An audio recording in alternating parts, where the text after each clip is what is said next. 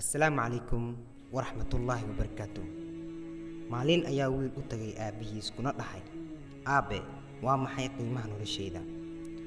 Aabihii waxa uu wiilkiisii u dhiibay dhagax yar waxa uuna ku dhahay, Wiilkaygiiyow, haddii aad doonaysid in aad ogaatid qiimaha noloshaada, qaad dhagaxan oo suuqa geey.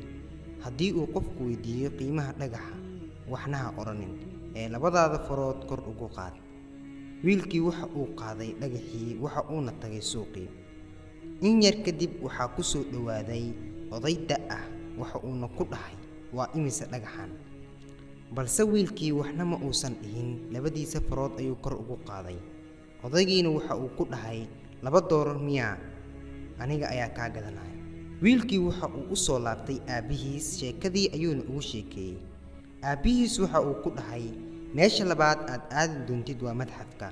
Hadduu qof qiimihiisa ku weydiiyo, waxna ha dhihin, ee labadaada farood kor ugu qaad. Wiilkii waxa uu imaaday madxafkii.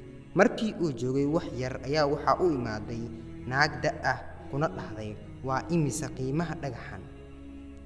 Wiilkii lama uusan hadlin, waxa uuna kor ugu taagay labadiisii farood. Naagtii ayaa ku dhahday, $200 miyaa? Waa kaa gadanayaa. Wiilkii asigoo yaaban ayuu ku soo laabtay aabihiis waxa uuna ugu sheekeeyey in dhagaxii uu gaaray $200.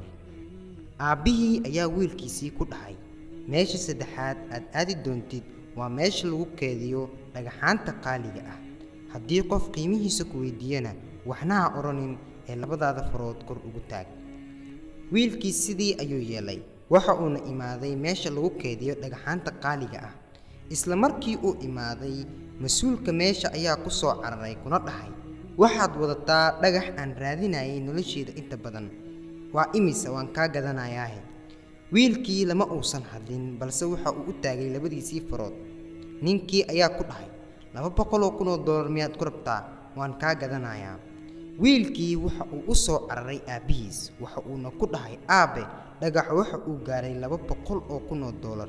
Aabihii ayaa wiilkiisii ku dhahay, waad fahantay wiilkaygiiyo qiimaha noloshaada. Waa hadba meeshii aad isdhigto, taas ayaa go'aamin doonta noloshaada. Haddii aad doonto waxaad noqon doontaa sida dhagaxii $2 lagu soo dhahay ama $200,000.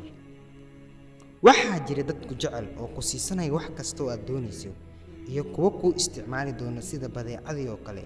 Wax qiimo ahna agtooda kama lahaan doontid. Wiilkaygiiyow, waa adiga go'aankaada meesha aad dhigi lahayd qiimaha noloshaada.